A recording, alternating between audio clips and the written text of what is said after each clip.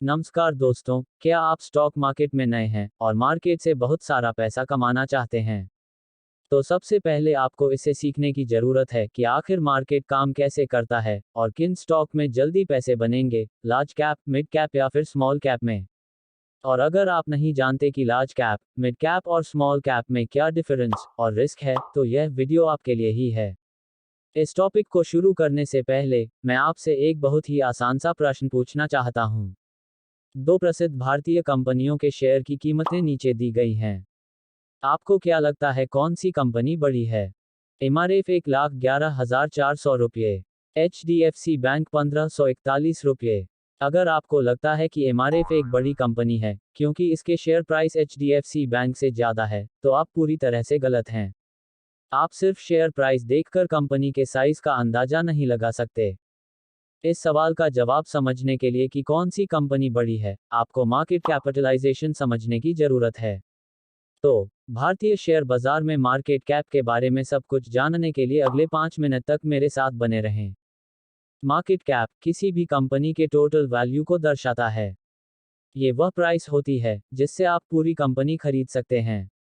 आज के समय में किसी कंपनी के मार्केट साइज पता करना कोई बड़ी बात नहीं है। बहुत से वेबसाइट हैं जहां आपको इजीली किसी भी कंपनी के सारे डिटेल्स मिल जाएंगे, जैसे स्क्रीनर, मनी कंट्रोल, टिकर टेप, NSE। लेकिन आज से 20 साल पहले, जब ना लोगों के पास मोबाइल होते थे और ना ही इंटरनेट, तब लोग कैसे पता लगाते थे, क्या आप जानते हैं? किसी भी कंपनी का मार्केट कैप पता करने का सिंपल सा फॉर्मूला है। Market cap equal to total share into share price. आइए हम मान लेते हैं ABC एक कंपनी है जिसका टोटल 1 लाख शेयर है और एक शेयर की कीमत 1,500 रुपये है। इसलिए कंपनी ABC का मार्केट कैप 15 करोड़ रुपए होगा। अब हम अपने प्रश्न पर वापस आते हैं। कौन सी कंपनी बड़ी है, HDFC बैंक या MRF? इसके लिए आपको दोनों कंपनियों की मार्केट कैप का पता लगाना होगा। Screener.in पर देखें तो MRF का मार्केट कैप 47,000 करोड़ रुपए है। HDFC बैंक के मार्केट कैप 11 लाख करोड़ रुपए है। हम देख सकते हैं कि HDFC बैंक का मार्केट कैप MRF के लगभग 25 गुना है। इसलिए HDFC बैंक MRF से बहुत बड़ी कंपनी है।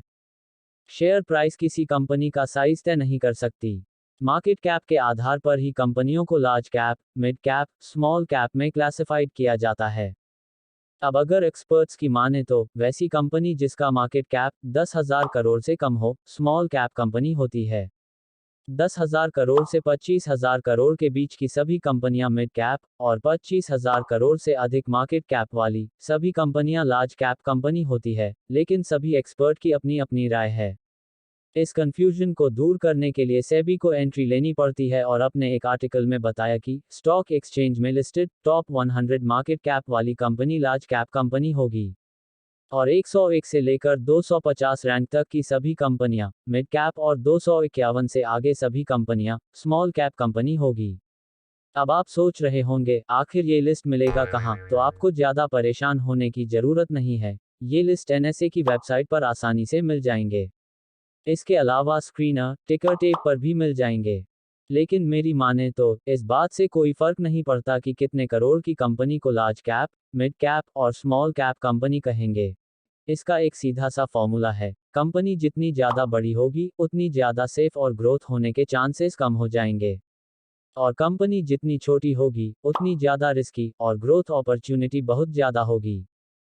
चलो अब इन कंपनियों के डिफरेंस को समझते हैं। लार्ज कैप कंपनियां, ये एक बड़ी और अच्छी तरह से एस्टैब्लिश्ड वेल रेप्यूटेड कंपनियां होती हैं। ज़्यादातर लार्ज कैप कंपनियां अपने इंडस्ट्री में मार्केट लीडर होती हैं और रिस्क बहुत कम होता है।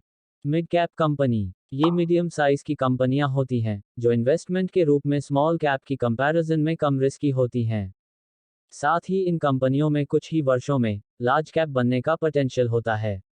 स्मॉल कैप कंपनियां, इन कंपनियों का साइज बहुत छोटा होता है और इनमें ज़्यादातर स्टार्टअप वाली कंपनियां होती है। स्मॉल कैप स्टॉक में ग्रोथ अपॉर्चुनिटी बहुत ज़्यादा होती है, साथ ही रिस्क भी बहुत ज़्यादा होता है। और अगर वीडियो से कुछ भी सीखने को मिला हो तो वीडियो को लाइक और सब्सक्राइब जरूर करें। हम ऐसे नॉलेज वाले वीडियो लाते रहेंगे। धन्यवाद।